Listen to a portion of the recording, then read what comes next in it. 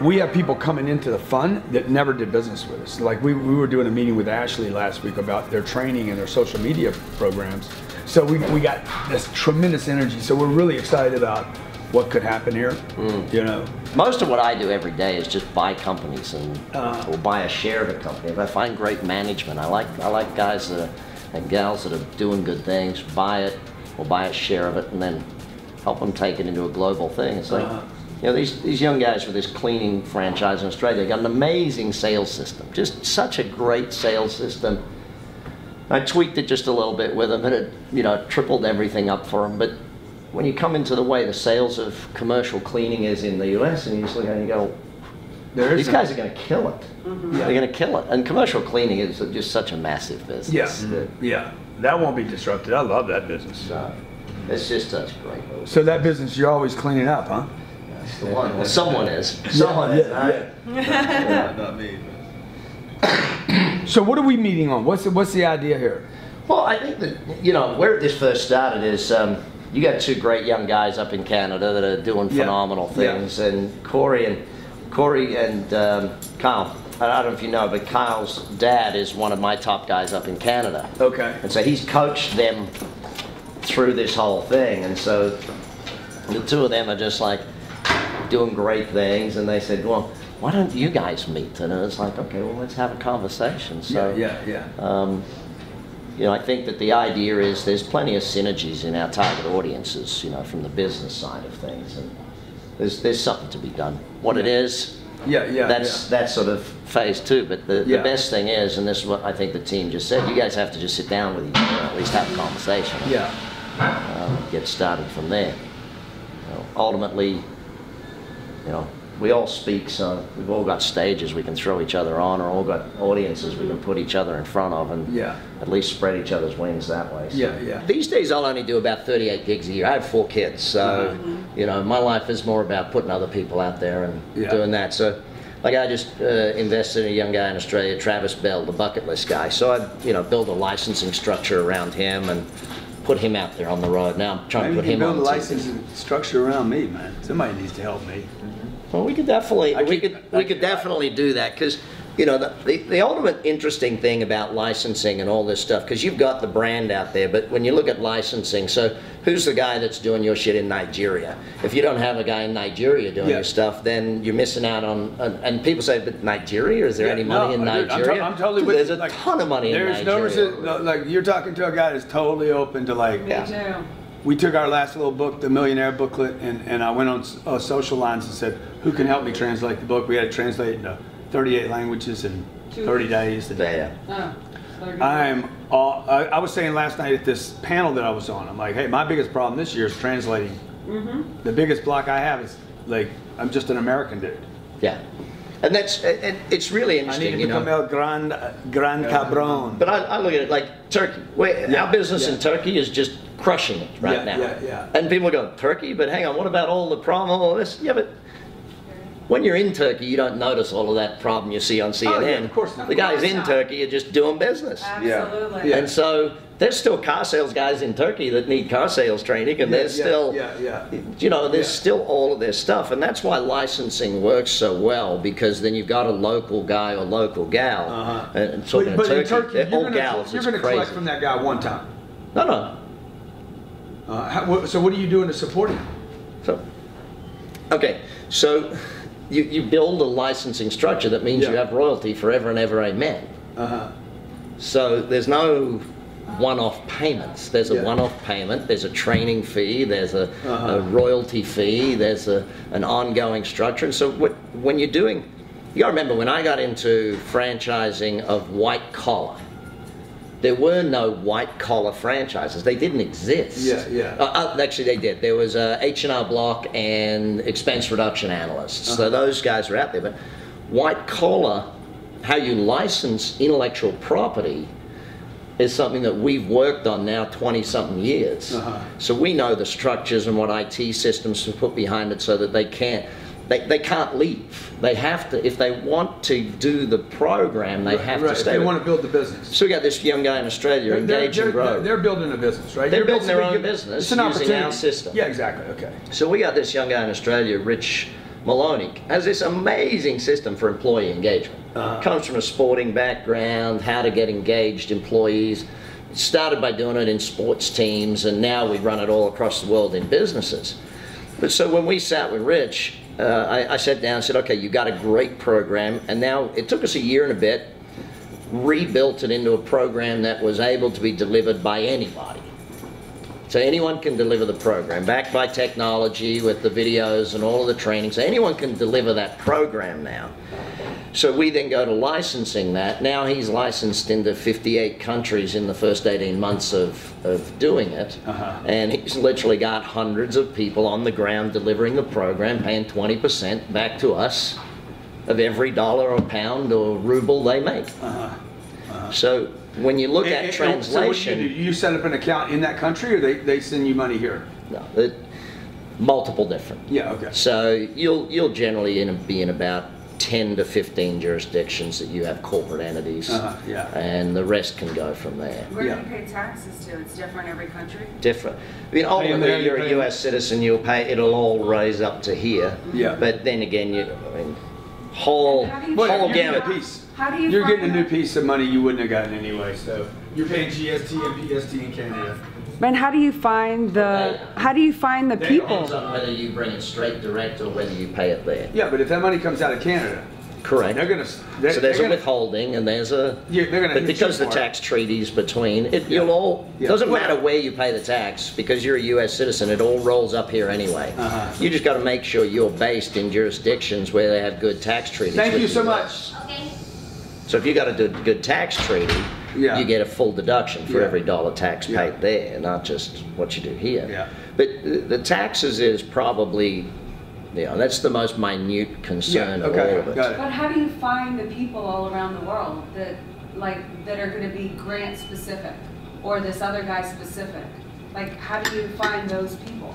Well, that's where you find a genius at licensing and franchising who knows how to do that stuff.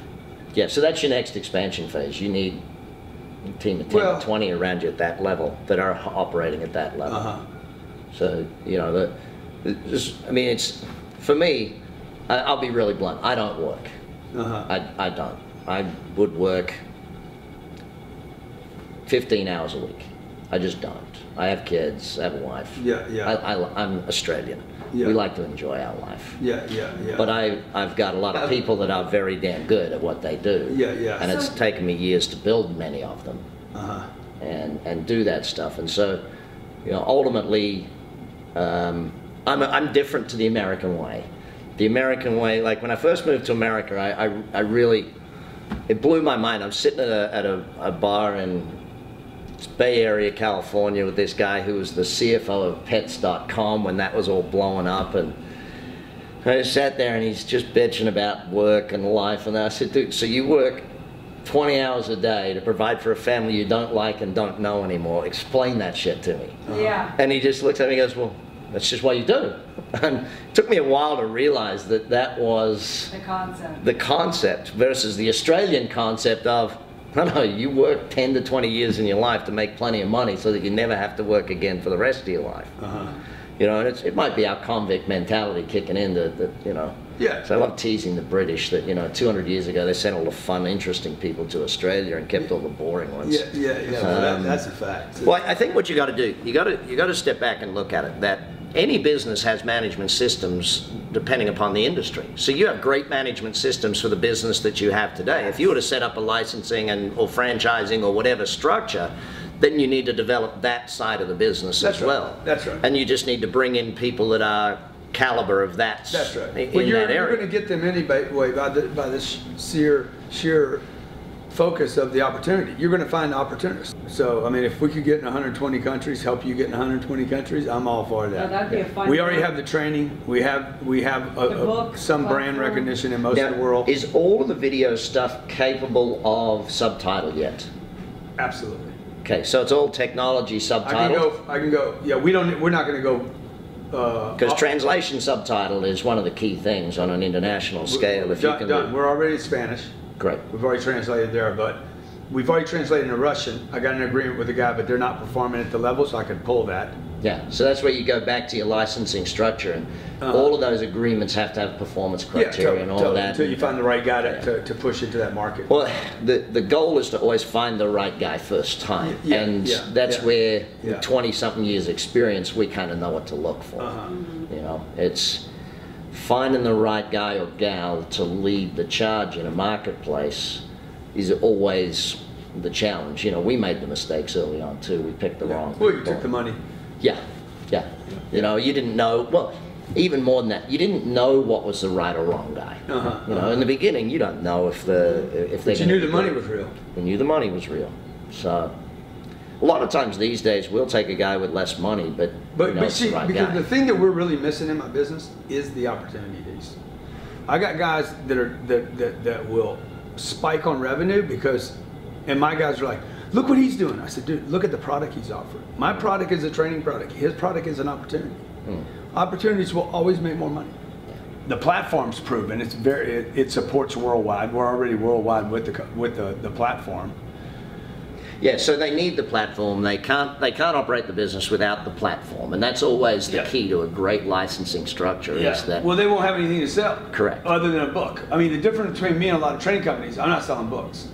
And I'm not selling events, but we have those to sell. So those are there, okay? I have the events, I have the books, I have the audio downloads, but what we have is that big monster program. Like every now and again, when people ask me for background material, I mean, I always make sure I send them through one interview with CNBC in South Africa where this guy was just a complete asshole interviewer, and it's just like, I want you to notice that there are other assholes out there that want to have a shot at me too. So make sure you realize that, because you know what? If a guy doesn't have at least 5 one-star reviews on his book, then he ain't trying hard enough. You haven't sold it hard enough to people. That sometimes I do the 1-star because I think it's the highest rating. One's the highest, right? So. Well, it goes back to that thing, like Hillary Clinton's book. It's got a 3-star rating. Why? Because she gets all the 5-star ratings and all the 1-star ratings. Exactly. There's no actual 3-star ratings, but her rating is 3 stars. Oh, that's hilarious. So. You know, you see that all the time. It's like the 80-20 rule double, you know. It's So. They just cancel each other out. Yeah, basically. And so that's. How much real estate do you own? We're about 280 pieces. So. And what does that look like? What do the pieces look like? It looks like medical suites or multifamily, 6, 12, 8-packs. Here in town or a lot in Australia. Oh yeah. Because I bought in Australia when I was young. He gets 52 weeks, but we get 50. Yeah. I was just buying as a young guy because that's, you make the money, you do it, you know. Well, good when I was young. And your dad liked it. You know, that's the thing I find so familiar with so many real estate guys. Their parents loved it. Yep. I remember my dad would drive, you know. From one to the next, No, they would drive and look at houses. They would into houses. My dad flushes the toilets. Like when he goes and looks at buildings, he'll go flush the toilets. And it's like, okay, Dad. You flush the toilets. I'll be down here doing the numbers while you're up there flushing the toilets and checking that stuff. Well, you know why he does that, right? They flush the toilets to put the water back in the bowl so you don't get the smell, and they probably, you know, cycles the toilet bowl. Oh yeah, no, he's doing when we're buying. So when we're buying things, he's just checking. He says it's a simple thing for him. If the toilets are all working, then they've probably got other stuff working too. It's just one of his. It's his quirky little thing.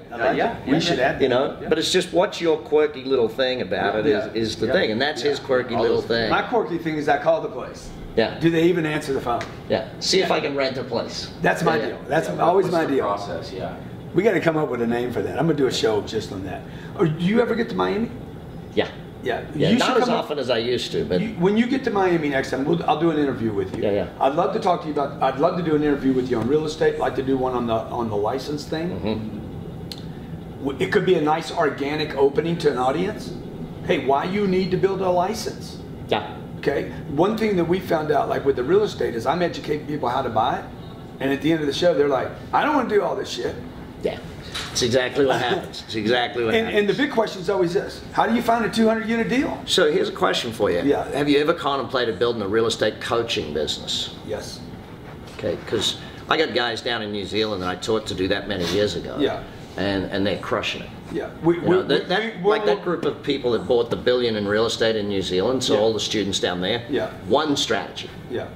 3-bedroom apartment from a 2-bedroom apartment. So get rid of the dining room, make it a 3-bedroom apartment. Yeah, yeah. That single strategy in Auckland, New Zealand, Yeah. $1 billion worth of real estate. Yeah, yeah. Well, But let's- before we do let's that, bounce some we need to feed the beast a little bit. We need to like, hey, tell me about like, I'll interview you for. Hey, tell me about license. I want you to tell me the story, dude. I don't want to work. I got 4 kids. I'm not a worker. I'm not like you, Grant. I'm not pounding out 80 and 100 hours. I don't have low self-esteem. I actually enjoy my life. You, Grant, on the other hand, have to prove yourself every second of every day. Okay? It's probably not quite that statement, but yeah. Whatever, dude. It'd be funny, right? Because our views of how we approach things are so much polarity, so different that it's going to be good for the audience. Yeah. They're going to be, oh wow, there's room for both of us here. Oh yeah. See what I'm saying? The real interesting thing about wealth is there's so many paths to it. Yeah, yeah. And success, so many paths to it that it doesn't matter what path you take. It just matters that. And in many cases, it's that you are true to your own path is what gets you to success. Yeah. If I tried to be Grant and I tried to work 80 hours a week, I would be less successful than I am. Yeah. Because it's not me. It doesn't work that way. I'm with you. I don't do that. If you tried to do my way, it wouldn't work for you. Dude, if I tried to work 80 hours a week, I wouldn't feel good about myself. Yeah. I remember when I had a part-time job. So we should do that. That's a layup. Okay, that's a layup, and it would open up the license thing. Yeah. Oh man, maybe I should get a license. And then we'll start getting reaches from all over the world. See, I go back to my ultimate definition of a business is a commercial, profitable enterprise that works without me. So if I have to work, it ain't a business; it's a job. Okay. And so that's what I operate from. Yeah. And so one of our biggest programs with us at Action Coach is helping guys build people like that. businesses. They'll like that definition of work. Saleable businesses. Yeah, yeah. You know, because I'm just about to head to the UK. I do once a year. I do 8 gigs in the UK. And because I love going there, and there's some good soccer matches and rugby on, and so I go and do that, and then I speak for a few hours, and then I go watch another game and speak for a few hours. But it's all about how do you build a business that's finished?